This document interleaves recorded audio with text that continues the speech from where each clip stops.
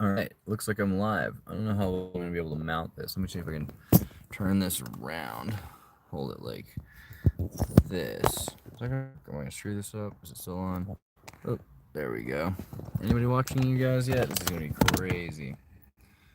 Okay. See this? Okay. I'm gonna probably end up moving this, but it's a pretty cool spot, so at some point someone will notice I'm in front of this castle right now. Man, I should totally frame this better. Let me see if I can get this. You know what I'll do? Here, check it out. Hold this for a second. Such a nice, it's not a bad angle right there, really. But anybody comment? Good evening. Beep beep. Hey guys. So the whole point of this is that I can answer some of your questions. So keep them coming. Turn on my rental car's lights. Ooh, I'm so close to the edge of this castle. It's amazing.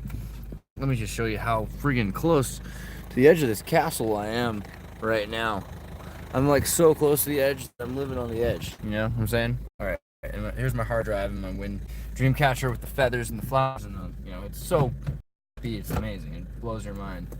Okay, move this GoPro out of the way. Thank you, Brittany, for the GoPro. You know, guys, I appreciate all the help from you guys. Brett, you sent me $20. I spent that on data today, so I can upload this video. You have no idea how important you are to everybody.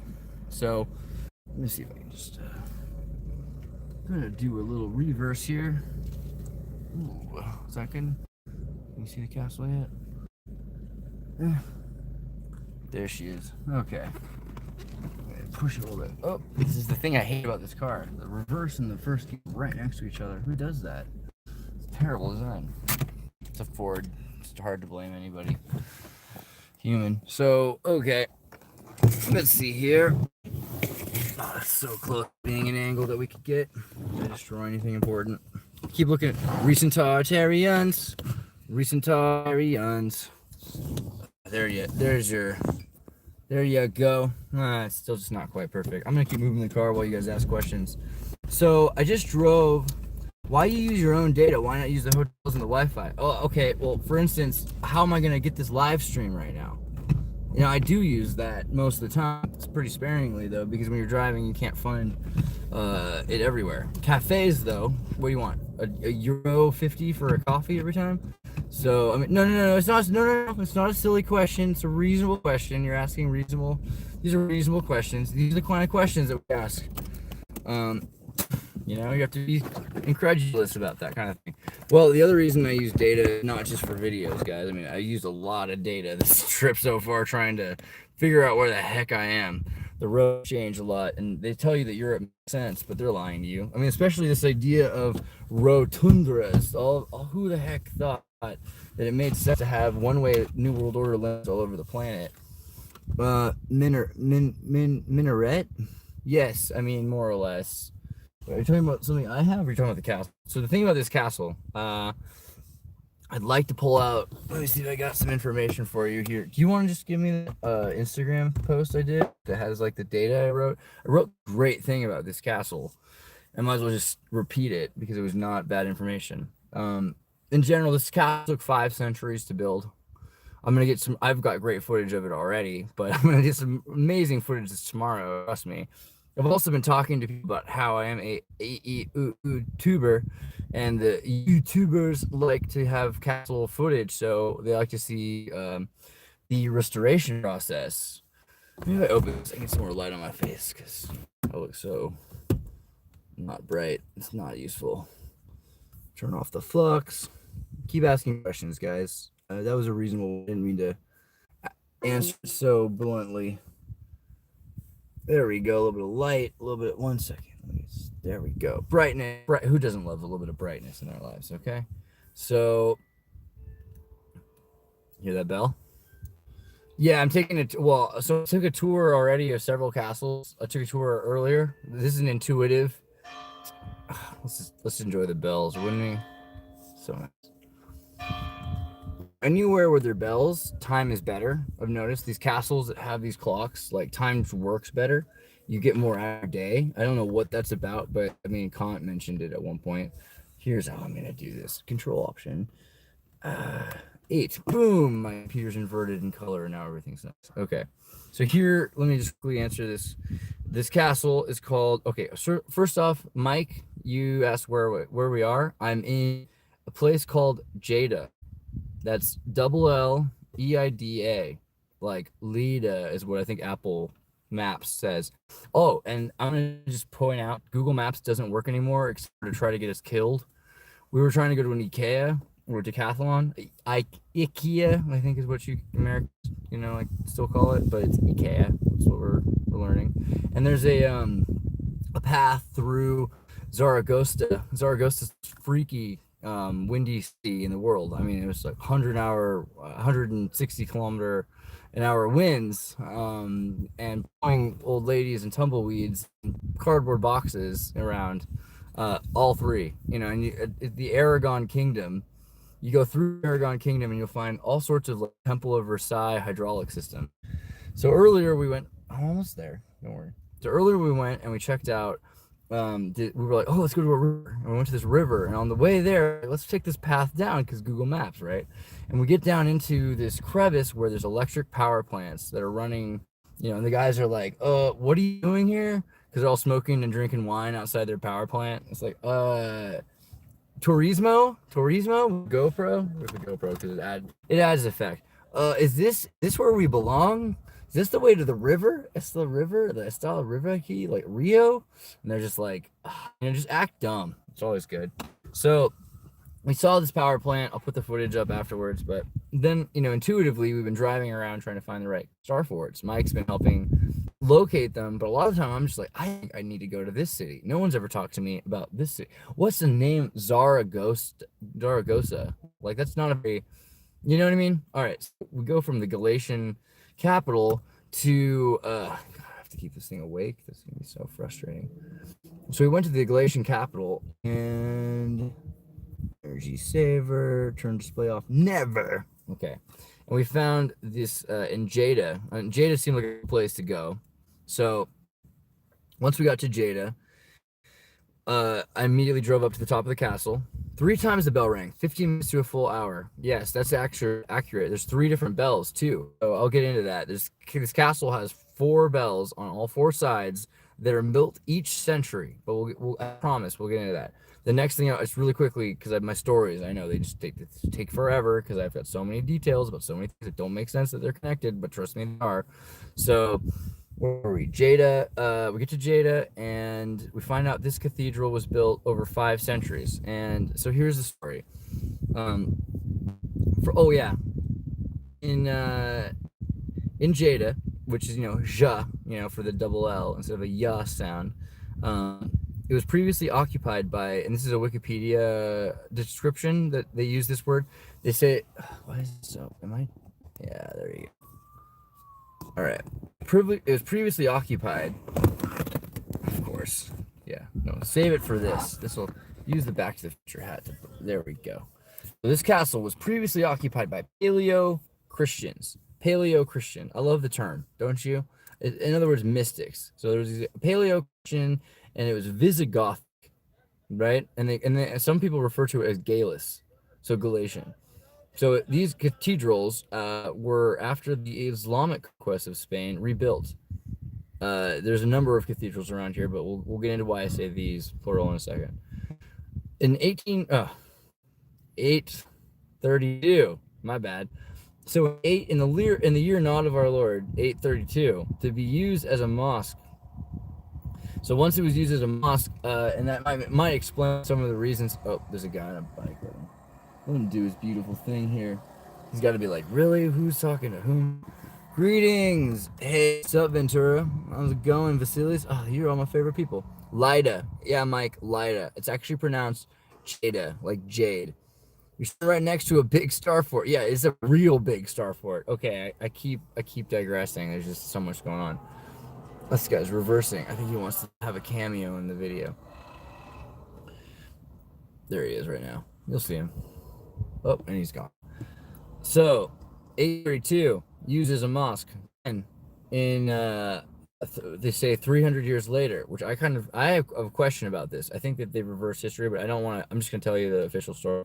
In 832, it was used as a mosque. In 1149, after the city's conquest by the Christians Ramon Berenguer, in 1193, they were ordered to construct a new edifice. Okay, so following the contemporary Romanesque architecture canons to match and master Pere de Coma. And okay, please somebody do me a favor and look up Pere de Coma, like a coma. It's important, and I can't come to it right now. I have to come back. The first stone was laid in 1203 by King Peter II of Aragon. King Peter of Aragon, right? Like, it's such a Spanish name. So King Peter of Aragon and the Count Ermengol the Seventh of Urgel, again with the Spanish words, of Aragon. The construction continued through the reign of James I of Aragon. In other words, for 100 years, over and over again. It goes from, I think what is their thought? It was built on Visigothic ruins from pre-Christian. Yes. Okay. Someone's Ethan. You just talked about the effects of the algorithm. We're going to open up a chat, guys. If you're watching this, feel free to join us communicating also in tartarinova.com's Discord, because a lot of us right now I think everybody knows at this point that's where all the information comes first. So everyone who's talking about this, who knows stuff, is talking about it right now there. So yeah, exactly. Good job, Jesse. All right. Yeah. Okay. All right, Ventura. Okay. Pere de Coma, the first stone, was supposedly laid of the new remodel in 1203 by King Peter II, and construction continued throughout the reign of James I of Aragon. Please look up, and yeah, Mike's totally right. Please look up the James I of Aragon, and he's going to be very important soon because we're looking into stories like Batman and their connection to Batman, to the lost god, the Bat of Egypt and of Jamaica, or the Caribbean rather, and of Africa. There's a number of sects around the planet that worship the bat because it killed mosquitoes. Okay, well, Zika virus will do it. I'm just trying to read this. I have so much to say. I'm sorry. The cloisters were now complete. The cloisters were completed finally in the 14th century. So think about that. From the 8th century when the mosque happened to the 14th century, they just kept on going, right? James I is not supposedly the same James I from Britain. This is where we're going. I'm glad you guys are thinking. Alrighty then. Exactly. Yeah, there's a lot of questions to be asked. The bell tower was begun supposedly in the 14th century and finished in 1431. Hold on a second. The friggin' building here that took 10,000 years. I don't know how many friggin' years they're trying to say. It only took 31 years to build the bell tower. Okay, look at the bell tower. That's a 31-year design. I'm unconvinced, is my point. I'm just trying to make that as clear as day. It's not likely. Here, if I go, I need to loosen this because I want to make sure you guys are really aware of just how insane the story is. Like, what? Like, no, like, you did not build this tower here, and tomorrow we'll see. Hopefully I'm gonna get some more. I've got so much GoPro footage from inside of the thing, and I've been talking to restorers. I've got an interview with the restorers I'm setting up. I just talked to the lady at the what castle was that one? That was in Huesca. In Huesca, they're doing this restore. We just filmed it today, and we were getting some crazy stuff. This is virtually impossible to hold still, isn't it? Really professional, guys. You ever play with a monopod? I know I have like a thing that I could hold this up with. That stick, would you? I need your help. There we go. Get a little bit light. Sorry guys. Technical difficulties. Keep asking questions. They're up there. Okay. Leaving this corner for just a second. Freestyle, I think is what time it is. Yo, this is a story all about how this guy came flip turned upside down. Okay, that's not the kind of, it's not really freestyle, it's just reversed. So back to business. You're gonna need to also just use your thumb. Where'd it go? Okay. Christianity. Oh, I got a question. Hold on, I have to look through this. Freestyle. Christianity and Islam were the same. Cosmic triple six. Cosmic triple six. It's a fact. It's a fact. There was an Inquisition, and they asked you, "Do you?" Gosh, this is just violently difficult. Oh, there we go. That looks pretty impressive, right? You can see what's going on. You can see that Batman-like light coming out of it. Okay, so Christianity was the same as Islam, and then do you believe? I think George Carlin has a good one on this. Do you believe in God? No. Bam. Do you believe in our God? Yes. Do you believe that God is slightly different than the way we interpret it? Yes. Bam. Do you believe in the same exact God as us, but like you baptize slightly different? Yes. Bam. You know, it got to the point where it was like, it's pretty much like there was an Inquisition. Leave the camera at peace. Okay, Haribo. I'm so sorry, camera. I just wanted you guys to know this castle, but I'll have to do a GoPro thing. So I'll get a better. I have so many good videos of this. I just can't cut them into the live stream at the same time. I wish you were actually best. Yeah, I think that I don't know how to say Jace Ventura, or do you have like a different way of pronouncing that? Because who needs to finish sentences anyway? You're right, watery. It was just the whole explosion thing. So the idea that this castle, let's get back and scene. So the idea that this castle was built over 2,000 years, right? Is 500 AD, there's a castle here. And then by 800, it's a Moorish castle, a really nice one. So, I mean, probably 100 before that, it's like a paleo castle. So there's a lot of evidence of this being one of the nicest pieces of architecture in history. Whoops. You know, I didn't know how to find it. I just started over here. So on the way, 1278. Now let's go back a bit. Okay, construction continued. They spent 30 years and they finished the friggin' bell tower, which was just so impressive. And then Porta dels Apostles began in the 14th century and were completed in the 15th century. That's all of the little figures, right? They got all of the people along the doors. Over and got some videos of that stuff too. And there's just a ton of missing head, decapitated saints. It's like, okay, did this happen recently? And by the way, I've been here in Spain, like a lot of this stuff happened recently. They say, oh, some friggin' refugee cut off his head. Whoops. I mean, like, really? It could have been, but Baked, you're the best. I love you. I can't. Why haven't we still haven't recorded enough yet? Like, it's just because you're doing so much hard work and so am I. I feel like Baked, we should be doing more stuff.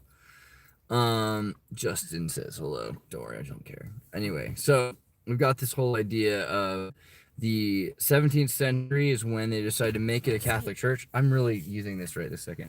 The 17th century, the city was conquered by the troops of Philip V. The king ordered destruction of the cathedral because it had taken a prominent part in the city's defense. Nevertheless, the order was never executed. And the cathedral was converted into barracks. The building was declared a national monument in 1918, and restoration works were started in 1950s. Here's the deal about restoration. Yeah, we will, Baked. We're definitely we're long due. Here's the thing about restoration. Restoration is molestation in the sense of augmentation and perversion. So anytime you alter this stuff at all, you repaint it, you're changing it. I mean, especially if you have a dude involved. I've noticed a lot now of women that are kind of restoring, they're trying to preserve the creation that's happened. And I want to put my own spin on this. I want to change it. I want to make it different. And this has been a huge issue. Although there have examples of women doing the same, where I've found statues, for instance, in Zaragoza, and the face has been replaced with some putrid plaster piece, just nonsense that lacks its own style at all. So they've gotten rid of all of the fancy looking. Please don't use the data. I need the data. Please don't change because it started glitching. Another bell. So they've got on one side the 11th century, on the other side the 12th century, on the other side the 13th century, on the other side of the 14th century, right? Okay, and then in each one of these they have all of these symbols. They have doors that are mosque. They have doors that are arabesque, okay?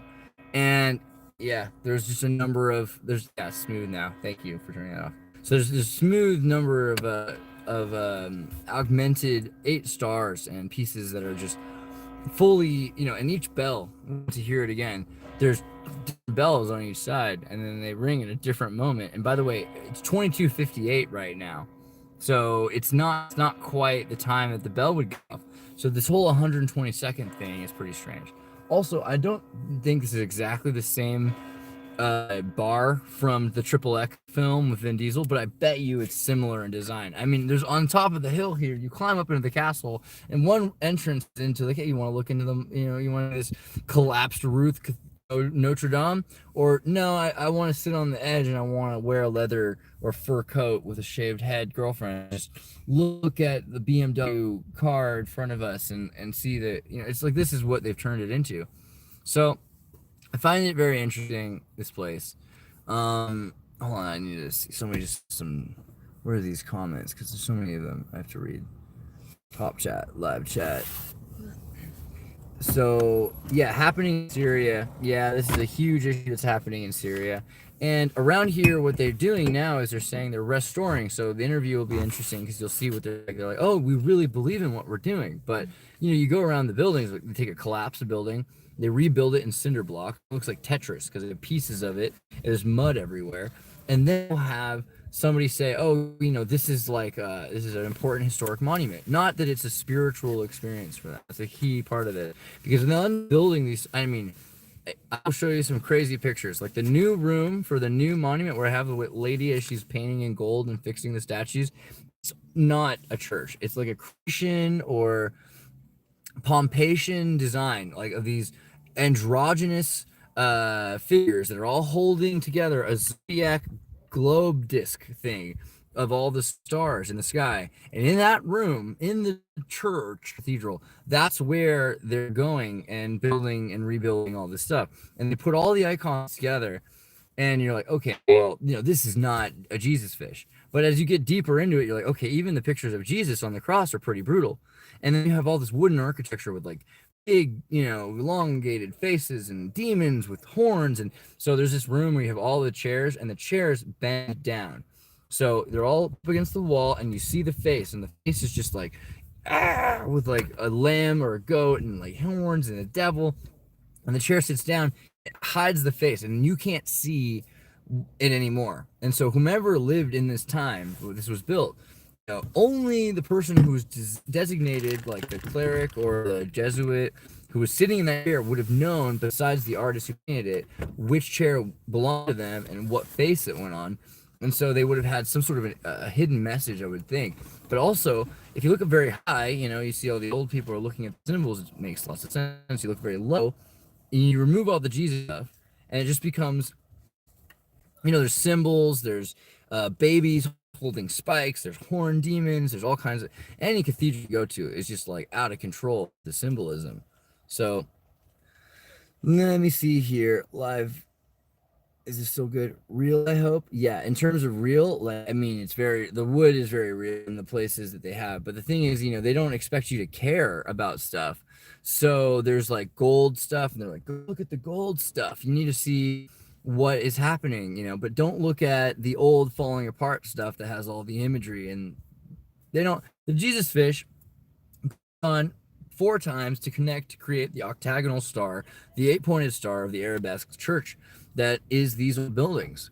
I don't mean that's the only thing it is, but it creates a hashtag, and it's probably the biggest symbol of love and hate in the world right now. I don't know if you've noticed this is a big thing that's happening right now, but someone was trying to make the hashtag a symbol of hate, and I'm pretty fascinated by it. I almost said I love it. You know what I mean? It's just too much of a troll move, and it's kind of interesting. But yeah, okay, hold on, look at that. Yeah, Christ is real. Hey, this is an interesting concept. Someone just said, Jason Ventura said Christ is hashtag. Christ is real. Okay, so this is the thing. If you think Yeshua is fake, you're missing out. Like there's a lot of things that are probably augmented. But the part that they deleted couldn't even be argued about, right? They're just like, okay, these little 13, 15 years are missing in this person's life. Don't talk about him. That basically kind of almost helps you see where the validity is. But when you really get down to it and you start asking yourself, do you believe in supernatural powers? Well, that's kind of the interesting thing, isn't it? And if you don't, you're kind of missing out. That's all there is. Like Saint Germain would tell you the same. If you don't believe in interesting stuff, then you're having a pretty boring life. So it's possible, you know, that there is nothing out there. But I'm so used to seeing stuff, you know, that I don't buy it one bit. And I think it's an uneducated assumption to assume that just because the baptismal fountain is dirty, that we should throw the baby out with it. Okay, that's my thing on that. I hear so much diesel running. So, I don't know. I mean, I think I mentioned the most important stuff, and I could rant forever. I think we talk about Walt Disney. We could talk about Scott Forstall from Apple. These are, you know, I've got all these thoughts on my mind. The Hercules movie, being more accurate than like the story originally, and it lets out all kinds of information about what happened in Spain. Spain's not a country. Spain is like Europe. It's like a connection of things, like the United States. And we're getting to the point where we're seeing how all of these little kingdoms were forcibly taught a new language, connect together through this thing, the Swahili called Latin, which is kind of like English, right? Like, what is English, you know? And they just force it on, it's a concoction to allow an amalgamated trade. So, and also it makes it hard for people to communicate with each other. Yeah, I think Brett has a really great point. Intelligent design is obvious. If you're looking for something that proves that art and aesthetic are not just your own palettes, but there's actually some sort of an intelligent design, you'll start noticing how many people love sunsets and castles collectively. There's just too much form in the universe to yeah, I don't mean to go into this. I mean, I'm not trying to like augment your perspective through my bias in that respect. However, I think it is useful to know like that there are sacred shapes in geometry, and that might also scare people because it leads them down the Arabesque road of Islam. And I think that's something that we need to be less afraid of right now because we're looking at the things that they exist. I'm not saying we shouldn't be concerned. I really am one of those concerned about prostration or submission to a form, but the point is the same. Everything we know comes from these ruins, and we have these nodal points where we're losing that information after 80 years, after 120 years, after 260 years, or 256 years, I think is what it is, and then 512. You have this 1 and 8-bit thing. Does it though? Oh, me too, especially with the connections in the past together. I'm missing some of your sentences to understand. I might need to see them more, like, because things are strolling by. Okay, let's see. Is there anything I need to cover that I'm missing here? Is there anything I should point out, you think, about this trip? Like, what are some of the craziest things we saw? Mud flood paths. Oh, the Tower of Babel. So in the city of Huesca, Eche, it's an H hashtag E no Huesca, Huesca. There is a river that runs through it. It's like been falsified. And Humblebee Tuna. Yeah. Alrighty then. I like this Jace Ventura guy. He's fun. So okay, we're in search of this castle that's collapsed and they've rebuilt, and there's a giant red and black room. And it's like creepy, you know. I mean, it's literally the room from Blade Runner 2. It's like insane that it exists, connected to this cathedral with these 2 silver pines in front of it. And I'm like, I gotta get the heck out of here. Not for that reason, but I was like, we'll go to the next town. And on the way out, I'm like, okay, I really gotta stop at this thing because I see on the map it says the monument to transhumancia. You know, so what's the monument to transhumanism? You know, transhumanismo. I don't know if that's a better way to put it. So we go and we look at it, and I've been there before, walking around, we've seen it, and we're like, oh, that's crazy. And I was thinking of the original Disney episode of Wizard of Oz when they were trying to make the Wizard of Oz movie for the Disneyland TV series in 1958, and they have a spiraling brick cake that looks like the Tower of Babel, right? It's bricks. And I'm like, is this original? And I think about it, like, I don't know. It could be, but probably it's not. Like, they probably have taken the bricks and this is our art piece. But then I look at it, I'm like, this isn't the actual monument. That thing was there. I mean, and I'll show you pictures of it. But what is the monument thing? Hope you guys are hearing it because I saw some disconnection. There's this metal table that sits on top of this spiraling brick 3-story pyramid right next to the lake, right next to the mud flood, right standing up. And then on top of it, this metal plate that you can see about the size of a table, like a dinner table, dining room table. It's about a foot thick, and it's cut out in these zigzag, jagged shapes. Super brutal. Yeah, I mean, the thing about Spain that's starting to make me question, I don't know if you guys know much of the history of Spain nor the recent history of Spain, but let's skip it all to the most interesting recent history, which is that the King of Spain killed his brother when he was a kid by accident. He was shooting his gun and he accidentally missed the ducks. Whoops, and so now he's the King of Spain because his older brother, he's dead. Younger brother is the King of Spain. And the more you look at the royal Saxon-Coburg Wilhelm von Goth family, right, like the Windsors or whatever you want to call them, they're the Draconians. They are the same family. So Spain is a place that was like economically collapsed after the anarchy in the Soviets because Stalin confused the anarchists with great propaganda, like, hey, let's fight together. We're the enemy, my enemy's friend, up until they were exhausted. And then the anarchists were shot to death, right? And this is George Orwell's major malfunction because his stomach was stapled after he got shot in the gut. And he moved to Scotland, one of the worst, no offense to Caledonia, but one of the coldest places, wettest places you don't want to heal. You better heal in Spain, you know what I mean? You get shot in Scotland, you heal in Spain. What are they thinking? George Orwell, Eric Blair, Tony Blair is his sixth cousin and nephew, right? So he explained to everyone, let's tell this story about what happened to the anarchists and how the propaganda was used against them so that they could, look at the Clash song, Spanish Bombs in Andalusia, and I'm flying home I'm flying in on a DC-10 tonight, and you'll know a little bit more about the collapse of Andalusia and the collapse of the former empire. But let's see, where were we at a second ago? Because that was a long tangent and it makes it hard to follow. Giants and midgets, very common here. There's big doors with little handles at the base of them. Yeah, I think if you guys listen to the radio podcast by Lenny Times, We Knew, like I think it's like WEIGH and KNEW. I'll put a link to it. I just did a radio thing for that. By the way, anybody who wants to do a radio thing, knows people need me to do a radio thing, I think it's about time I do more of them. It was pretty fun. I'm enthusiastic about it. But yeah, okay, Mix here talking about Jerusalem. Why don't we just cover that real quick? Because the thing is, a lot of people are already like sneaking our information from the Discord and our Tartary in their videos, and I'm glad you're doing it. Like, I really am. Don't get me wrong. I think other people are more annoyed than I am. I'm like, wow, I'm flattered, But okay, so here's what's really happening. Flamenco and the history of the world, we know that they were mixed up and they've lied about the dates. I've got photos. It's kind of brutal. But now, I mean, it's fact. I will fight for that fact. Okay, that's where I'm at with that one. It's fact. Now, on top of the fact that the Catholic Church has lied about history, they've also lied about the places of history. And this is so much easier to do now that you've changed the languages because people don't remember old country.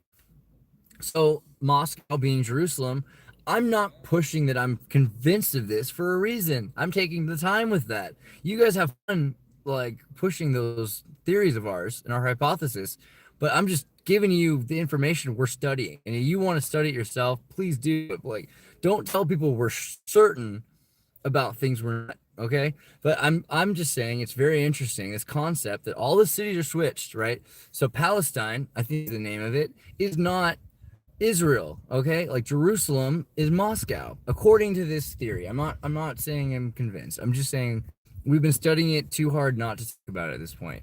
So yeah, thank you. This idea of moving cities around, that Warsaw was the Tartarian Taurus Bulba.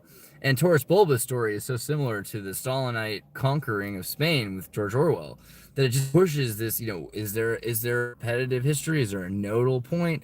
Is this just the same story that's been told differently and it's through amalgamation? Is Sir Francis Bacon Shakespeare? Is Banksy Prince Harry? Ding. I think we got a point for that one. So the next question is, like, after this, history has become augmented. Which cities are which cities if they're not the original cities? Well, Syria is full of European cities, it would look like. It might be that the original Paris and the original Rome go anywhere between Syria, Russia, it sounds like, and all the way to East China, or whatever China was, which is Chitao. Oh, helicopters coming for us. We've told them too much. Oh my gosh. They're gonna know. Okay. Is there anything else? I mean, like, I don't know what else to cover, guys. Like, thanks a lot, Red and Hayward. I appreciate it. There's so much, the flow thing is rough. I'd say I could tell you these things, but I don't know which thing you guys want to talk about. So I'm like, oh, 5/8 size. Disney, he wanted to make everything 5/8 size because dwarves and giants, And I can't be sure that you know that. So it helps when you let me know. That's why I really like the Discord, because I'm able to, like, answer questions aloud and be like, oh, you haven't heard about the Alhambra book that Washington Irving wrote right after he left America. He got done writing the story of Columbus, and then he went to Spain itself, and he lived in an 1811 collapsed tower, a tower that collapsed in the earthquake of 1811, and he wrote the whole story called the Alhambra. You know what I mean? Like, these are the things that are running through this background story, but I just never know if you've heard that or not, because I've been talking to other people about it. So I hope that explains a bit why some of this stuff just has, a certain amount of, like, what? All the time. But okay, so in general, I think that's the most important part. You guys have heard about the bats. You guys know more about the bats. The language here, if you notice, every one of these languages is different. In Spain, they speak like 6, 7 languages. They don't just speak English. It's similar to the United States. Over a period of time, the United States has become the American idiom. And England even, I think, likes this, because then you can really tell someone who's not English, who just speaks the language, but they still speak clear, and you understand. These guys, man, they understand. Release the bats. Yes, dude, Brett knows. Yeah, Valencia won the Copa. Oh, it was so epic. That night was so good. I mean, all across Valencia, people just with the bat capes. They have the flag as their cape running around. Did you visit this? Did you visit with the separatists? Okay, in this trip so far, I've not actually done any interviews with separatists yet. I'm actually very curious about doing this, but there's less separatists in Valencia. That's a very northern thing. Northeast, you got Catalan. West, you have Galicia. You have the Basques. All of these places are very separatist. Oh, this guy's fun. Yeah. Welcome to YouTube. Que onda? Onda. Yeah, dude. Fame, glory, and money. That's what they seek, I'm sure. So, where we're at? Okay, so there's the YouTube. I literally forget. I was just too excited. Valencia, the bats, the Carla, red pill, all the way. Catalans, yes, the Basque. So I do know a Basque separatist group. I can talk. I don't know if I can film it, but I can definitely talk to some people. I know, and that'll be interesting. I'm pretty sure. But I mean, like, how separatist is anybody anymore, right? The trick is not to be independent; it's to be codependent or confederate. So what you need recognition from other people. So as soon as Paraguay recognizes Basque state, we're golden, right? So we need to just figure out a way of getting everyone to recognize each other and be like, who recognizes us? Not the UN. It's Madagascar with DJ Andre. Like, that's the president, by the way. DJ Andre Raylinga is the president of Madagascar. He's a DJ. How cool is that? I'm pretty sure this is the point in my video where I'm going to get, like, this all is going to go to some music company, isn't it? They got me. Well, what are you going to do? I'm probably thinking that this might be the time to cut, because I don't want to have too much problems with the music, guys. It just seems like if I do that, then, what am I going to do? Well, alright, I'll try this. I'll see what I can get away with, because, Europe. Oh, that was amazing. Soundproof glass. The Europeans don't like to hear each other. It's a trip. I've noticed that. Okay, surprised Ireland hasn't supported the Basques. You know what I've... Okay, so here's what we were leading up to in my spiraling cosmic rants. The Basque state is got tons of Irish people living there. Ireland is not supported by Irish people. Ireland's controlled opposition, if anything. I don't say by the monarchy, but by Google. So if you know what happened to the president of Ireland in the 1990s, a lot of people didn't have jobs, and then they made them get jobs. They hated it. I'm just kidding. Some of the Irish people actually appreciated having food to eat after the Cold Wars and everything. But most Irish people I know are like kind of stressed out because they work too hard, like for a tech. And so they took a bunch of Irish kids and they put them into Germany. I mean, I know a few. It's just crazy, like the industriousness of the new Irish. Good. You can't hear that? Oh, thank God, because that freaked me out. I didn't want to deal with like that kind of copyright problem. It's like, you know, if you send this whole video's money to some cumbia company in South America, that'd be ironic, wouldn't it? All right. So, okay, again with my rant and my spiral, and then I took a tangent for solar diversion. Ireland, I think is where we're at. Ireland and all of the Germanic royal monarchy moved to Spain. 1 million immigrants a year. I'm sorry, 1 million expats. They're not refugees because they don't count. They count them as a whole different thing. All right, expats moved to Spain. About 1 million a year to Valencia in Spain. Is that what it is? It might be more. It's a brutal number, and they're spreading this film across the area. You can listen out for in the south, along the coast, southeast coast, particularly. Danish, Swedish people aren't allowed to drink alcohol. It's like an Indian reservation there. Like, you want to buy beer in Sweden, it has to be warm. So they go down to Spain and they just get plastered. It's like their Tijuana. It's terrible. So they have a lot of other groups, like the English, you know, God bless them. And they're all coming down there and they're mixing with the Dutch and they're having these like little settlements. And the Spanish don't know what to do because everyone works, you know. I'm sorry. The Spanish, Mexicans didn't invent the siesta. Let's put it that way, okay? The Mexicans work real hard here, and they come to Spain because they have a little bit more money, and do pretty well. Because Spanish people are, I mean, on as a whole, and this isn't to say like this is true of everybody. I mean, unless you really are just making the joke, but as a whole, there's a lot less industriousness, and it bothers them that people come here and act industrious. It really confuses, and they don't enjoy it. Like, if people come here and they say, I want to buy a sandwich. I bought a sandwich, you know, once. I said, I want a cheese in my sandwich. And they're like, we don't do that. We have a cheese sandwich or we have a meat sandwich. I'm like, yeah, but you have cheese and you have meat. Make me, I'll pay for it. And they're like, no. And I'm like, no, you make me the meat sandwich, you put it together. I'll pay for both. Smack this like Jack Nicholson in 5 Easy Pieces. And they were like, you know, like, that's not what we do. And I'm like, you're going to be completely replaced by other people in 4 years. And look at the time. So I'm just being honest. Like, all of Spain's got Airbnb everywhere. All of Spain's got scooters and bicycles like the South Park Halloween everywhere. And they're freaking out. They're like, people are awake from 9 in the morning until 5 at night. There's not just siestas now. People are awake all the time. It's crazy. People are getting things done. It's crazy.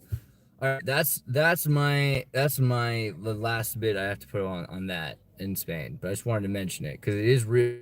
Everywhere you go, the whole culture is changing because of industriousness. That's the main factor that's changing it. Not color, creed, or anything else. It's working really hard that changes Spain. Because, you know, last time I was here, it wasn't like that. You go to Barcelona, maybe, but like most of Spain, people like to chill and they follow the lifelong pattern of the bell rings every hour and they live for that, you know? So, all right. Let me look at these comments again. That was such a long run. Thank you for that interesting bit of information, Andreas. Oh, I miss you, Mike. That's what I needed. So that's Mike in the Discord right now. You guys want to go plug yourself, or you want to go be, you know, annoying, or you want to just ask me questions that are sincere and interesting? God, that's the third option I gave you. The point is, go to tartarynova.com, check out the Discord, and you can be like part of the show, Mike. Wait, more questions. I'm here, man, but I'm watching the YouTube and that has a 20-second delay, so that's a bit weird. Yeah, they're probably checking it to make sure none of this stuff is too clear. And I like that about the whole thing. We're being very honest and very transparent. And I just don't have the capacity to be clear, so that works out just fine. Well, all right. And then, is there anything you think, Mike? Is there, or anybody on the Discord? Is there any questions you guys have? Because I'm reading these, I'm hearing you guys. I should be looking into.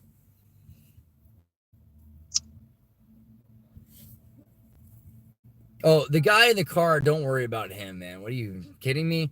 He's happy enough. He's got 4 friends that are out here. They're doing something important. Who knows? He's probably just nervous because he knows that a bunch of people are gonna watch him on the internet. He's like, these Americans are crazy. You know how uncomfortable it makes people that we make YouTube videos everywhere we go? Like, it freaks me out. I don't know. You freaked me out. Miles. Oh gosh, who else is in the Discord right now? This is just epic. Lynn. We're having some sort of a cross episode here, right? This is so good. This is so good. I appreciate hearing Lynn and Miles and everybody. Like, you guys have no idea. I think a lot of you guys who are watching the video have never even. What has happened to Mike? Hello, Mike. Hello. I haven't heard from you. Hello. Yeah, hello. Vasily's asking about When organic. you're missing out of our lives. Our lives are not as happy, Mike. We're live on YouTube right at the moment. I'm not sure. You're getting a little too emotional for me, man. All right. No, Mike is right. So Miles is right. You guys are. I'm so sorry. I did not know that. No, did not you know that, and I jump into another timeline. In this timeline, it's fair to. We'll have some fun about. You're going to Salona, right? Yeah. We're going to Salona. We're going east towards Barcelona and probably south to get back to Valencia by the 2nd because it's a rental car. We're still looking for full. Anybody, by the way, that's watching this. Go to Exertus, go to Tartary Nova, go to xirtus.com. Like, send a couple bucks towards this project if you're interested. And if you're not, it's totally fine. I hardly care, but I might as well mention it. Like, all of us are doing this for free, but we're doing it together. And these guys who are making this stuff, the information that's actually like being used by the entire community, support them. That would be cool. I feel like all of them need support. Like, make sure that they all know that like they matter. It's not just about this video or me or anything. It's actually more about every one of us connecting the dots. Okay, so be stoked, be excellent to each other, party on, dudes. What am I supposed to say? Like, just be stoked. I feel like too many people are trolly and cynical these days. Be excellent, bro. Yeah, I mean, Totally excellent. just if you can't, then maybe you can't. I don't know. Maybe I shouldn't suggest things. Just do a 180, bro. Just change it. Hey, Ethan, don't mute your. The negative stuff, man. Ethan, don't mute your mic. We need to hear you too. How you been, man? I'm good. That was Mike. Mike's good too. But yeah, Ethan, I know you're here, so. Lynn's doing well. And so is, even though I haven't heard from him, hello. I'm always good. Yes. Life is always just a journey. Life is like a box of chocolates. Yeah, no go get. Yeah, I mean, okay, watery. I love this idea that I'm paid by like anybody other than the community, because it'd be so great. I mean, if I literally was, then I probably wouldn't work nearly as hard. That's probably the thing. So yeah, no, I don't actually. If I'm some sort of an, do you have to work in Cyrillic? Because like, I'm not saying it's the worst option. It sounds like a lot of people are just not like they're not on with the exploitation of the of the middle class. I mean, you know, do your thing, man. Like that sounds like I'm pretty open and tolerant to all ideas, whatever helps, you know.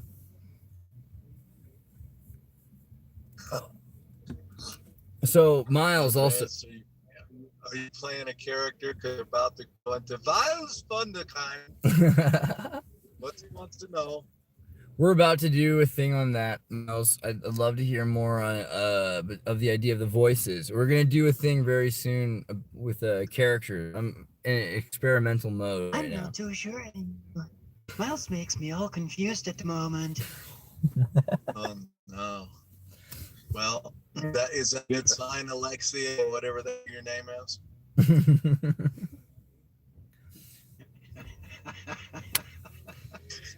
Where's the doctor? We need the doctor real fast. Where is he?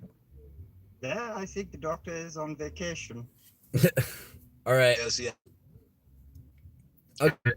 Andreas, I Yep. have one thing, because you were going into the aspect of the kind of the reason why they were the bats was due to culturally, I mean, bats ate the mosquitoes. So Right. what if, like, as a society, there was something why they knew the bat, aka royal family that represented that, was maybe had some nefarious elements, but at the same time, they were the lesser evil of the time, or something like that was like a mosquito or some annoyance to the people, and so the bat was that reprieve from that circumstance. Right. So I mean, the idea of the mosquito as an annoyance is a new thing. Originally, the mosquito was like the most devastating thing. It would cause people to spread diseases that led to, you know, I mean, Zika virus is a good example of probably not completely natural thing, but still spread by bugs likely.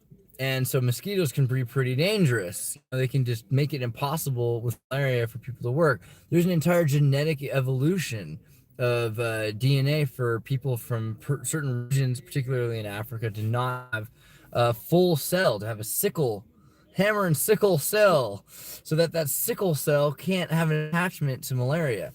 So, I mean, genetically, the idea of the mosquito is destroying your family, your farm, your children, life in general. It goes back forever. But the idea of the mosquito being not as bad as the bat, that seems like a pretty new thing. I think for cities, people didn't, I mean, who's afraid of bats? People that don't know bats. That's the only people that are. I mean, when I was a kid, my dad had told us about Ace Ventura's afraid of bats. Ace Ventura is afraid of bats. That's true. I'm not. I think that's one of the What about problems. Christopher Lee? Christopher Lee was afraid of bats? In which film? I missed that one. Where was Christopher Lee afraid of bats? Remind me. Sorry, is that in something? I don't remember. I'm talking about you. You're the only one that ever told me Christopher Lee was a narcissistic freak. Yeah, I I mean, didn't know that behind. well, I mean, watch The Wicker Man and look how excited he is to be in that kilt, man. I mean, like he definitely he loves his colorful lifestyle. But I don't want to say that in a negative way, you know. I'm just saying it's a thing, but I don't remember the bat thing with Christopher Lee. I'll admit right off the top of my head. I mean, there is a thing with the cutting of the head in Wicker Man, and also cutting of the head of, you know. Okay, so Wicker Man and Star Wars Episode 2, right? And Sidious has him cut off his head, and the head ritual is the scene from the Wicker Man where he has to cut off the head of the person. So it's the exact same double saber slice as Wicker Man. Not a coincidence, a coincidence and correlation. But okay, wait, a second ago, though, right before the bat thing, we were saying something about bats. Mosquitoes are evil. I don't like them. They don't bother me though. They don't seem to like me either. Everyone I know gets bitten by mosquitoes, and one of the first times I was told I was so lucky in life was that I just don't have the blood that mosquitoes like for whatever reason. Maybe it's the garlic. But apparently it seems to help. So Peter Tosh, who taught Bob Marley to play the guitar, but had too dark skin to be on the album cover, and always mentioned that to Bob Marley, and there was a big falling out up until the One Love Peace concert, which led to the Rasta Reggae radio station that got the monarchy to, I'm sorry, just perhaps got somebody to have Peter Tosh assassinated. Well, Peter Tosh had once said, as Stepping Razor Red X documentary will ascribe to him, that it's just a bunch of recordings of him that he stamped a red X on. That was his symbol. So it's almost like saying without prejudice, something interesting about Africans as slaves, that they would refuse to write their own name. So he set up this idea that, vampires, like the bats, they don't just become human bats anymore.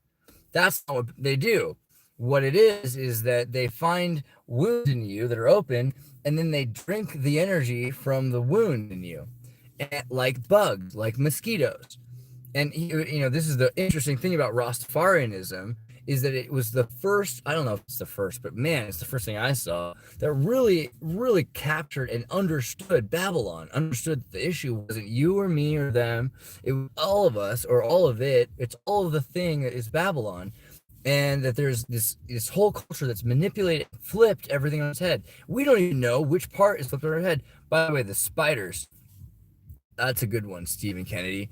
The spiders are all over, the South Parkian spiders. Every church here has a sort of Freemasonic symbol with the webbed legs that stick out from each side. So spiders are important to this too, and the O-tangled webs that they weave. There's a video coming out soon. It was Stellium 7, all about the biological, geological monuments, like elephant-like rocks and titans that probably exist. Like, imagine sea urchins that came onto the soil that were the size out of the water, bigger than star forts. And this is the kind of thing that we're starting to discover, this biological anomalies like that from millions of years ago. Or, well, what's time? But the idea that mosquitoes are drinking our blood, and it's not the bats that are killing them, and that whole thing was lied about ever since this connection between the Slavic state of Zaragoza to Aragon to Romania. And the Romanian state is basically Tijuana for the Roman Empire. They went down there and they just bought a bunch of summer homes. So if it wasn't for that, Romania is a very different country. It doesn't speak a Slavic language at this point. It's been converted to a Romanian Latin-like language, closest to Latin I think that we have. But in general, they would consider themselves a Slavic people, right? So there's some interest there. And what is their whole deal? That there was someone who didn't allow for chaos. He only allowed for order, and his name was Vladimir, and he was an impaler. I mean, there's a lot of crazy stories about this guy. He was lonely, and he loved to stab rats with 9-inch nails. Don't get me wrong, he sounds kind of crazy. My favorite story is the one where a guy comes to visit his kingdom, and he's like, I hear this is the safest kingdom in the world. And he's like, you heard right. You have good hearing, I think is the Slavic joke. And then the guy says, okay, well, and then like, how safe? So Vladimir says, I'm the dragon. Put your money in the center of the town by the water fountain. Just take your coin bag and leave it right there. You know what? Just spill it out and just leave it spilled out and just go away and come back at the end of the day. If it's not there, I will pay you back. I'll give you the coins. I'll give you, So he goes, does what he's told. Smart man. Don't mess around with Vladimir. He goes and walks around the city and he sees all the castles and the sights and he thinks it's really beautiful. I doubt he took a selfie, but maybe he got like a little picture drawn of him or something. He gets back to the center of the fountain and the 33 coins have become, I think it was 33 coins, have become 35. Maybe it was 31 and become 33, but I think it was 33 become 35. So he goes and he tells, Dracula's like, okay, well, how do you feel? Like, how was your day? Really good listener. And he's like, it was incredible. I love your city. Super safe. I can't even believe it. I went and I looked for my money. I found it was still there, but not only that, there's 2 extra coins with my money. And then Dracula's like, I'm glad you mentioned the 2 extra coins because you see, I told other people. In fact, I think they just know that I would just kill them if they stole anything, ever. The law here is I kill you creatively. And if you hadn't mentioned that you had gotten 2 extra coins, if you had lied to me, I would have killed you creatively as well. So, this is the conflict and the cost of order, is that there's a certain love for authority and for vindictiveness. And it might not be, benevolent all the time. But then the alternative is chaos, right? And so the mosquitoes, they kind of bring in this idea where the bugs are a pestilence that come after the plague, and they are during a plague, and they blight, you know, each other, but they don't just eat the fruit, right? Some of them go for the humans, and if you can't farm because you're sick, you're in trouble. So the bats, you know, they represent so many cultures around the planet, and also the fact that they're mammals. They milk, you know, they raise the young. Like, they have a social hierarchy that's a bit more horizontal than most, and they hang out and there's something about them that's actually pretty positive. So I don't know. I find it interesting that they've gone so far as to convince you all of these lies, like that bats are blind, for instance. You know, when they see better than anybody. I mean, that's your first clue. Don't listen to them. I don't know. This is my first thought on bats. Don't trust them about them being evil. Okay, my story about my bat. So when I was a kid, my father got me a bunny rabbit, and it died. I was really sad because it was left out in the heat, you know, and like in the sun outside, like in a cage. Is that the deal? Or no. I don't know. I forget. I was like so young. But what he did instead, which I think was way cooler, you know, than getting me another one or something like that. I think I really don't. It's such a vague memory. It might have been. I think it might have actually been that the cage was opened by a raccoon. You know, it's traumatic. So instead, he got a bat cage thing, like a special container you attach to the house, and bats fly into it. And we had bats all the time, and I was like, oh my gosh, bats, they're so weird. Like, and he's like, what, bats? That's you have a problem. And then, okay, no, here's how it happened. The bat ended up in the house, flying around, got stuck in the shower, and freaked me out. And I was like 3, you know, like, oh my gosh, a bat. You know, shocking response from a 3-year-old child. So my dad's like, what, Harry? And I'm like, what? Harry the bat? And I'm like, who's Harry the... He's like, yeah, Harry the bat. He's my friend Harry. I said he could stay here for a few days. I don't know.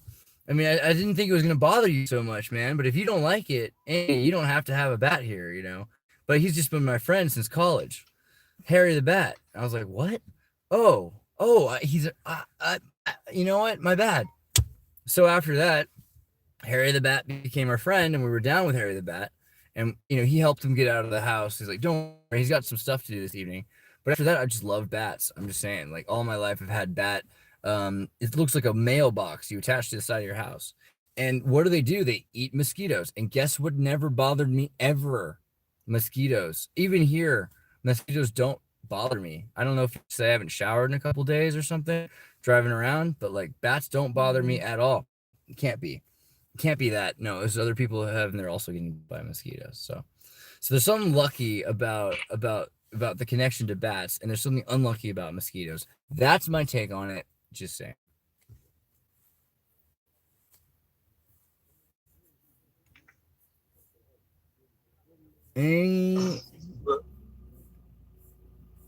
Go ahead. Brilliant analysis. All right, I think we're gonna lose. We're about to lose these kids. Oh yeah, Bat Boy. Bat Boy exists apparently. I guess I'm Bat Boy. It's a National Enquirer reference of the evening. I like it. You guys see this stuff? What's this up? Well, that also makes me curious too, because you know, and maybe this is too soon to like discuss this because this relates to another topic. But as we've been digging heavier and heavier into the past of circumstances, we seem to find this symmetry of, as we bring ourselves in the present and into the future, we're finding that it's almost like the past and the present are the same thing. So just jumping back with a kind of very vague statement about the bats. So maybe if there's something related, like this family is maybe one of the families that could end up helping with the process of like the mosquitoes or the bats or something of that sort. And so maybe they're there to help, and kind of like what you were relating to, like the benefits of the bats.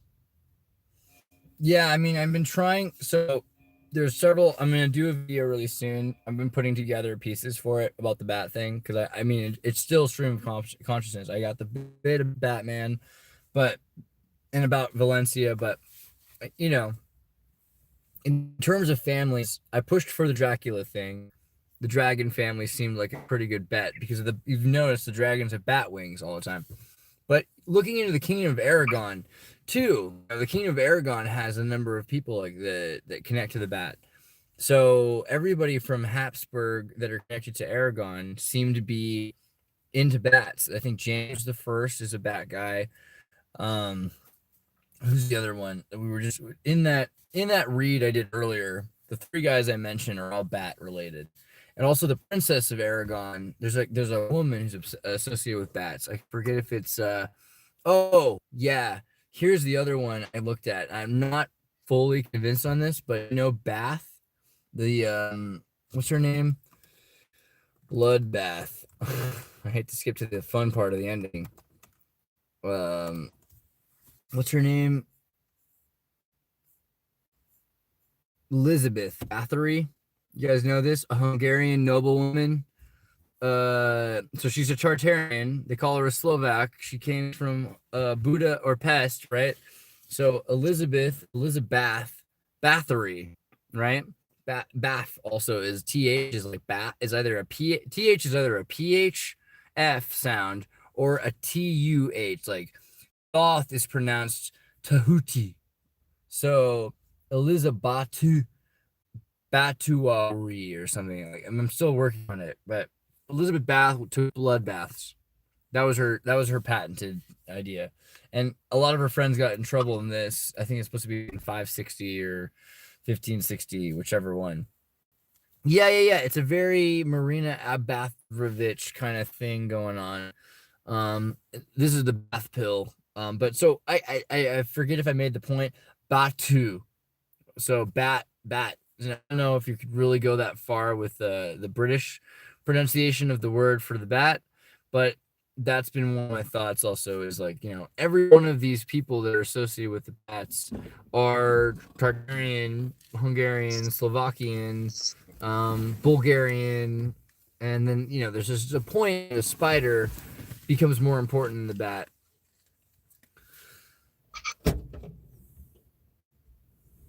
Bath party. Could that be related to gargoyles, the winged gargoyles, in some sense? Yeah, I mean, the idea with these gargoyles, right, is you've got on the Chinese buildings, you've got these pointed roofs, and I say Chinese building because that's what we look at them at, but like everywhere across Spain, you have the same buildings. They're just called Jesuit buildings now because the Jesuits went to China at some point, and they just happened to bring back all kinds of crazy, hypnotic, mysterious, mystical architecture that was designed to kill demons because they point to the walls and the spirits will fly, the gargoyles will fly into them and they'll get caught on the net, and that's the idea. But gargoyles are the opposite of the Chinese thing because instead you have these crazy freakish monsters on the points of all the buildings, and then they're supposed to emulate some sort of a scary thing that's supposed to scare away more scary things. Doesn't really make sense, right? You look into what the other story of gargoyles are. It's like, well, they're supernatural beings that are trapped as titans in stone, and at some point, depending on sun or moon, they're able to awaken. So, I mean, thinking about how the bats are connected to this concept is very similar to the vampire idea of immortality. I don't know how many of you guys looked into the story that Dracula was Judas. I don't know if you've heard that one. I mean, it's a movie version at some point. Someone does this, but the silver, the cross, the dagger through the heart, like the wooden spike, the stake. Thank you. I'm sorry, I was looking for that word. You've got this whole concept of Judas being unable to forgive himself, and then God said, "All right, well, what's the biggest punishment?" Is to never be able to die and to live forever with this, but with a certain amount of poetic justice.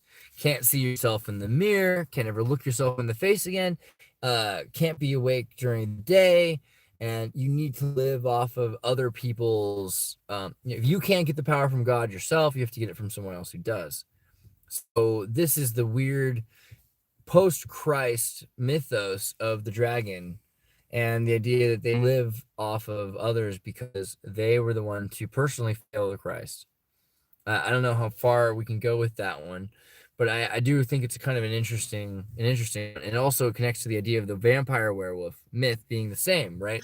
Because you have a choice between being a werewolf or a vampire. It's what's it called? Lupin Lyco. Then they go into the lore of how Dracula and all these beings. Lycanthrope, as Ethan and Water said, lycanthropes. Yes. So this idea that the lycanthrope comes from, let me see if I can wiki that just to make sure I get this right. It comes in etymology from Croatian. I can't help myself. It comes from a Slavic word. You can take credit if you really care. But the idea of it is that it's like a Hindu or a Slavic word that represents and it started coming out of the 16th century to mean a form of madness, where you believed you were a beast and a man, right? So this is a very Sumerian term. Lycanthropes, you could choose. Okay, so let's say you start taking the power, and you have. Don't do this at home. Don't try this at home, kids. So if you become a werewolf or a vampire, it's because you choose between either having once a month menstruation cycles where you just go ooh, and you get super beastly and you release it, or you have like a general throughout the month more suave approach where you kind of like you prey on people, but you're kind of weak because every day you have to be, you have to sleep all day. So then in the evening you go out and you're like super Slavic and mysterious and sultry, but then you just go back to it. It's a little different. There's still idea that the full moons are the best moons, but there's a transfiguration that happens to lycanthropes become vampiristic as opposed to ones that become primal. And the primal ones, they release this whole energy all at once. I mean to say this not because I think it's some sort of a comic book, but actually because I've met people that are these things. I don't mean that to sound exaggerated. I just mean like I literally know people that are vampiristic or werewolfistic lycanthropes. It exists. I don't know. I think that's enough to say about that. I think that that's a thing that can exist, and it's not. I think we live in a world where there's just such extremes that we exist so far in the middle of it that it's hard for people to really like. Yeah, I like what Lighty said. Sometimes they suck, as friends to have, but it's worth knowing they exist. That's all I'm saying. I'll get into that episode at some point a little bit further, but I don't know if we should even. I don't want to. I feel a bit more careful about these kinds of conversations. Well, also one of the things that you were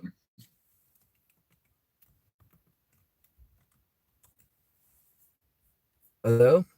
sorry, can you hear Andres? I missed you. Say that again.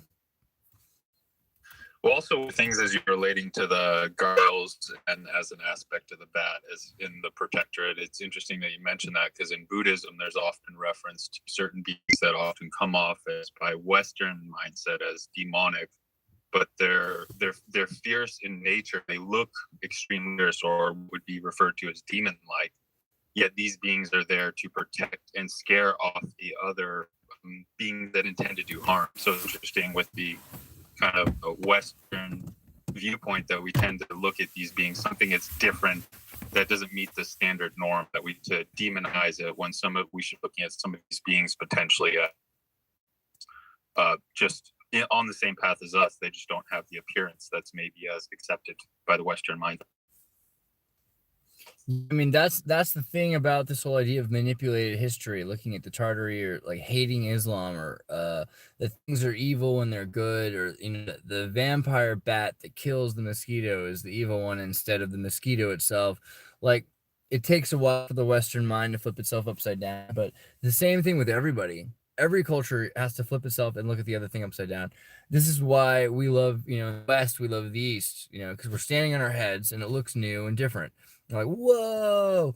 But you do the same thing for Indian people. They'll look at the West and they'll materialize as quickly as we go spiritual, because they'll just flip and they'll be like, wow! As soon as you see something that's not your parents telling you it's cool, it helps. And that's the problem with trying to hold on to culture. We have this idea that we have to be different. We have to become Oedipus in the process. Yeah, we still have to have an approach of harmony and balance as we progress towards that. It's mostly a gray area kind of, and it's not necessarily this very black and white of the circumstances. Letty says creepy is creepy, but I would say creep is the thing. So you've kind of noticed more and more people are being more honest, and that tends to be creepy to some people. And you're like, well, what are you gonna do? Like, you might as well just communicate, right? Yeah, because creepy also goes back to our perception. Sometimes our perception, myself, and I'm sure many others in this case, that we perceive something as creepy or eerie, if we kind of get over that logical way of thinking and that viewpoint, maybe that there's something else to this, that we need to look beyond the circumstances or the look of something and try to understand in depth of it, as the gargoyles or these other beings that were there to help us. The Christian church, or Catholic, sorry, I didn't mean the Christian church. There's many good points for the Christian side of things too. That kind of has caused us to demonize these beings. We should potentially be looking at these entities or other things as potential helpers, guides, or just one side of the coin, or not just look from one side of the coin. That there could be a multitude of viewpoints and judge each circumstance based on its own merits or the process that's conducted the being. Exactly, because we were just having a conversation in the other chat where we were talking about the Gnostic tree of life story, and I realized it could be, instead of the knowledge of good and evil, the no knowledge of good and evil, that particular thing about good or any particular thing about evil lessens the power of its totality. That that a tree of knowledge of good and evil could be saying, you got to get into the knowledge that you can make a really bad movie of your life or a really good movie. Yeah, I think my life would be a fun video game. That'd be neat. Don't you see how you could get caught in the particular instead of seeing the totality of that? And that's what classical logic seemingly does. Yeah, logic and ethics. I feel like I lucked out, because when I was in 9th grade, I met this girl that I thought was so cute, and she was really into the Church of Satan. And so I read this book because I was like, how? Because cute is smart, right? So I was reading this whole thing, and I'm like, man, whoa, cute is not necessarily smart. So I started reading about ethics through the Church of Satan rules, and I was like, geez, utilitarianism is cliche. Like, how is this working? But then I went and took I digress. I went and took community college classes through the feeder program, because if you get 3 times the credits in high school plus college credits. So you can graduate real fast and miss out on that whole social opera if you want. It's great. But I went to community college and took logic and ethics. And I was like so amazed to find all I needed to know about that stuff, the way they teach it in school anyway, was from the Church of Satan. Because let me ask you, Andreas, can you tell everybody how fast you can read and your photographic? I mean, I don't know the numbers or something. I never took like a test, but there's this great app for reading words, and it takes 3 words of a book at a time and puts the main word in the front of the screen. And so I used that growing up, and it helped a lot because you can flash through words. But then when I get exhausted, I can't sleep, right? So I have to listen to books on tapes. You're talking to somebody that's a mental level or above. So when he's about going through school, like that had a lot of problems and eventually dropped out because I couldn't agree with my professor, especially my moral philosophy. If you can't use the terms that they're using in class, you're going to have a bad time. But what you can do is you can take notes the whole time of one-liners that you have against their snide remarks. And now you can put those on YouTube. I didn't know that at the time, but I should have been really, like, if I knew I had a place for the stuff that I was thinking and snickering about, like, I would have, because instead you're in 4th grade and you're like, just making notes on pages, and then at the end of the class you put your hand up and you're like, you better give me 5 minutes or else I'm gonna burn the school down. Like, let me tell you everything you missed. Like, that's somebody helped. I think it's is it Jace Ventura keeps bringing Jesse Ventura, Ace Ventura. So Ace Ventura is interesting because Jim Carrey, who when he was a kid in Canada, he made the promise he'd shut up the whole class as long as he got 10 or so minutes at the end of class by the teacher. She guaranteed him to stand up and just spiel, right? But I can only imagine he was spieling emotional acting, not this kind of like, you know what I mean? Like we could be making it possible for the students to have retorts that mattered, but they don't. School's not about that. And so yeah, like the best thing to do is not go if you can get avoiding. I'll admit this. I didn't want to go to school early in the morning, so I told the teachers, like, well, you know, school starts here real early. We have a 7 o'clock class, and it goes till 8:30, and we have a second class from 8:30 until 9. You know, and you can. And at 9 we have a little break, and everything happens, and then we come back at 10. So 10, you know, is like the third class, and then and I was like, gosh. And I'm with my dad as I'm coming into this school. I think this is like 7th grade. I'm like, gosh, you know, that sounds great. But I don't know if I could make it because I'd have to miss my karate class. And my dad's like, karate class? And I'm like, yeah, Dad, you know, the karate class. The one that I take every morning so that you have to take me to that and you can't take me until 10. You don't have to wake up until 10 o'clock. You know what I'm saying, Dad? He's like, oh, your karate class. Yes. And we were like, yeah, the teacher was like, yeah, he's in karate. That's great. But I had to like all of a sudden fake that I was taking karate classes. You were already using Aikido on your dad. No, Dad was down. That was the thing. He's like, I don't want to get up. It's 7 o'clock, 6:30. You have to get up to kick a kid at 7 o'clock. It was mania. No one should do that. It's ridiculous. No person should be doing this. Like, it's just designed to ruin a child's life. And my dad was like, you know what? I think he also, when he heard go with the program, why don't you get with the program? He was like, I don't want to get with the program. I lived my whole life trying to avoid the program. He took the idea to the next level, and we're like, okay, but if you really want to do this, you're gonna have to fake it really well. So I spent a lot of time learning how to do. I went to a karate class or two. You know, I did some karate. I'm not saying I didn't take martial arts ever, but every day at 7 a.m. No. So what I did was I made this paperwork that said I was taking it every single. God bless you. I was taking it every single day. In the morning. You know, I'd say this, and then I have one signature, and I would photocopy the signature, and then I made a wax print so you could stamp it because I was over the top. I was like, you know what? We're not just faking this for them. We're faking it for me. I want to prove that I can do it right. You know, my dad's like, gosh, like considering how much you just learned about photoshopping and using the scanner and everything. I mean, you spent a lot more time doing that than you would have spent in class learning about their, you know, because they usually like in school, you know, they're like, what did you do on West Wing this week? You know, it's like, that's what school was like. It wasn't exactly a place for intelligent people. So, you know, skip it. Well, the interesting part is that we go to school so that we can be autodidactic or Good word. self. And so it's kind of funny how when we go through this process, a lot of people come through school, they're not very autodidactic in nature. And so the goal becomes, as an individual, is to have critical thinking and be autodidactic.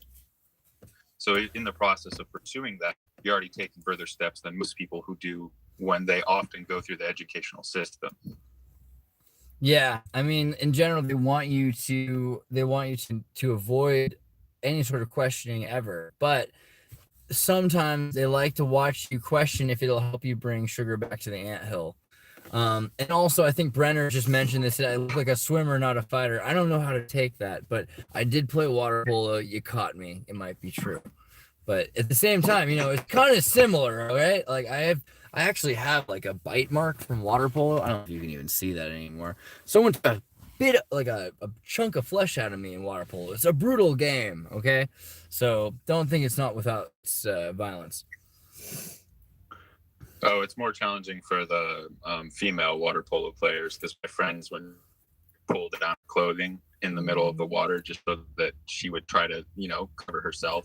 So they can get the play. It depends if you're from Santa Cruz. I played water polo in the nude, not in high school, but it was a thing. And also, this was a bite from a female. That's what I was about to say. Why don't they just go nude? Yeah, this is a female's bite. It was co-ed. I mean, I'm from Soquel High School. Soquel, Soquel. My aunt was the first female to play the SoCal water polo, and so she had to play co-ed, and so they built this whole idea around her, and she got the first water polo scholarship for a female to Cal Poly, and ever since then, it's been a real good deal for men to play water polo because women get a lot of scholarships playing water polo because they're good at it. So it's actually a pretty famous female game.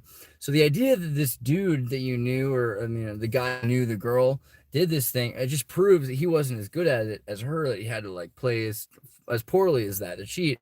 But also, you know, really, like, should she care that much about this fool and what he thinks? Like, that's the real, we need to move past that someday. And I think that'll take a while, but water polo might be the place for it. Like, topless water polo, let's go. Let's do it.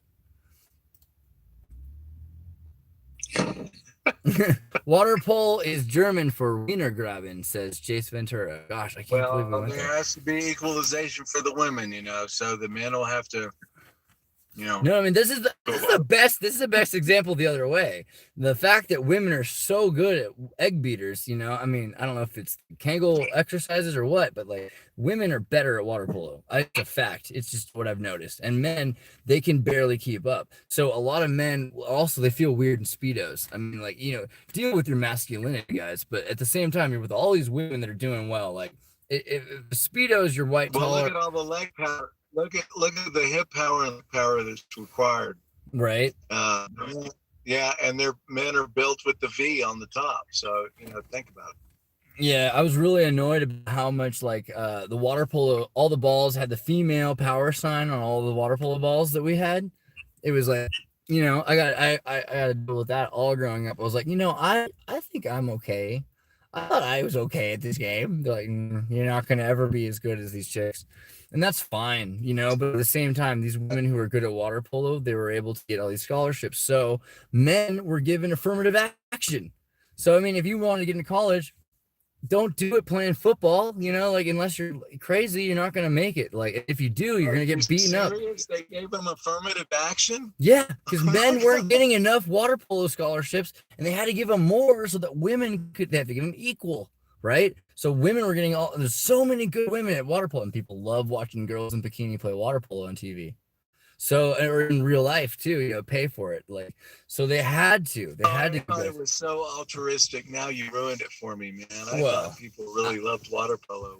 I mean, there are those who do. I do personally, you know. And if you think about Star Trek, Scott, I read Playboy for the articles from 1968. I'm a different weird kind of guy, but like, they did have this idea that water polo was altruistic. And Scott Bakula from Star Trek and Quantum Leap, when he's in Star Trek as the first captain, dude, he's got a water polo ball. I mean, now that you mentioned for the women, I'm going to watch for the women. I never thought that water polo women were beautiful because I thought they were a lot more masculine. It didn't turn me on, but I'll watch closer next. Well, you know, I mean, I'm not trying to like augment the human body aesthetic for people, but like I do like the chicks on these statues here. You know, like they're a lot stronger looking. Like, there's something about women that can egg beat her that's just better. You know, I mean, I'm sorry, but the idea of the dainty, frail woman that you have to the damsel in distress is also a post Tartarian ideal. You know, women that are strong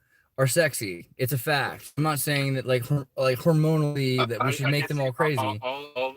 I'll play Andreas's opposite here, and I prefer women that are strong. I was also having to do a lot with my mother and my upbringing and older sisters, so I saw them kick ass and take names and still be feminine as well as tough. Well, that's the same way I was trying. He turned it into the duality, and I understand why. I can't help myself sometimes with that duality. My bad. Well, relating to one of those points that you're talking about, the masculine and feminine, and bringing it back to Spain and where you're at, have you noticed the more representation of like a masculine or feminine element in the architecture, or is it pretty much equal across the board? You know, what I've noticed is really strange is they're changing all the architecture as much as they can. They don't want you to, gosh, this is the wrong cable. I need to flip this around because I'm about to run battery on this. We might lose this recording soon, fellas, so I'll try to like finish this up.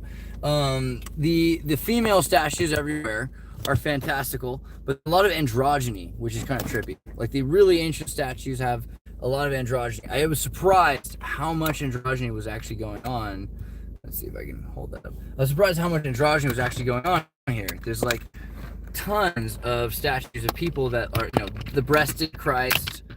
Almost there. Okay. The breasted Christ is a thing here.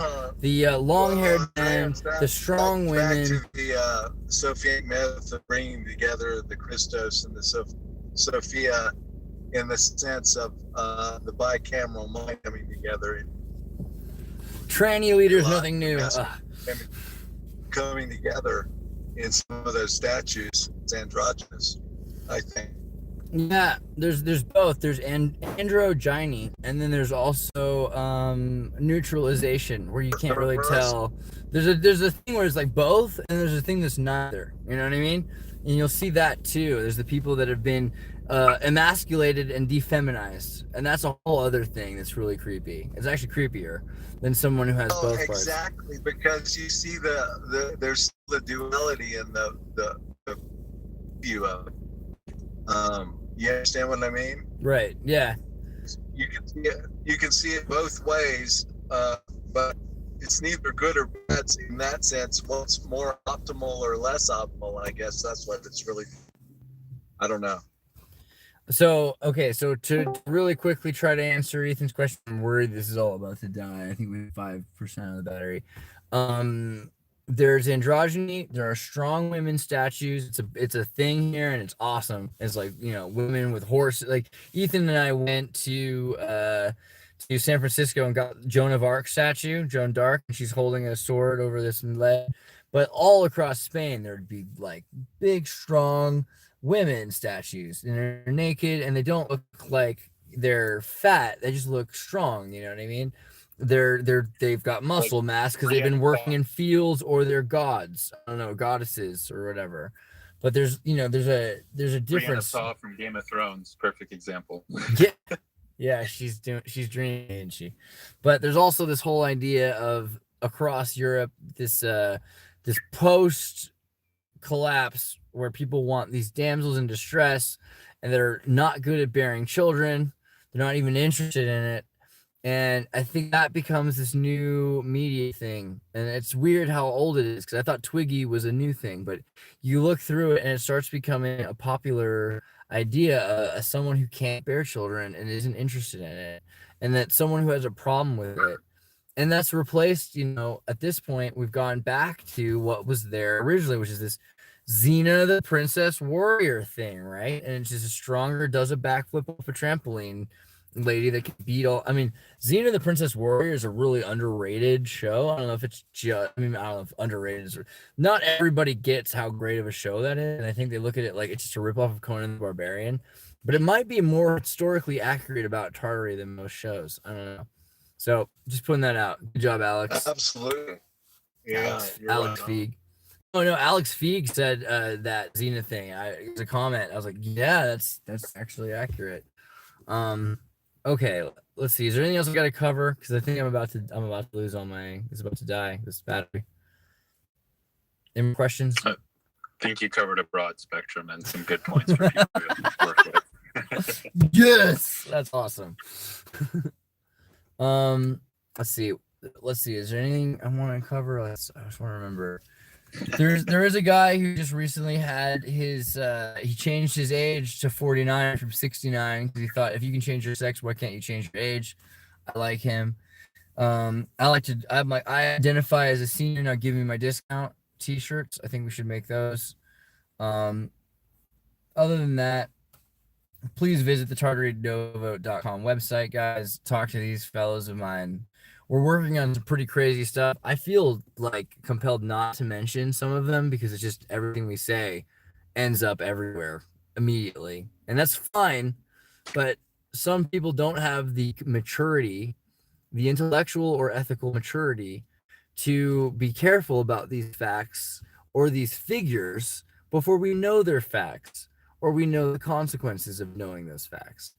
So please understand why all this information is available, but why we're not talking about it on YouTube videos quite yet. It's still there. You can go look it up yourself, and you'll notice everyone, it's called trickle-down economics, all right? We're basically peeing on you.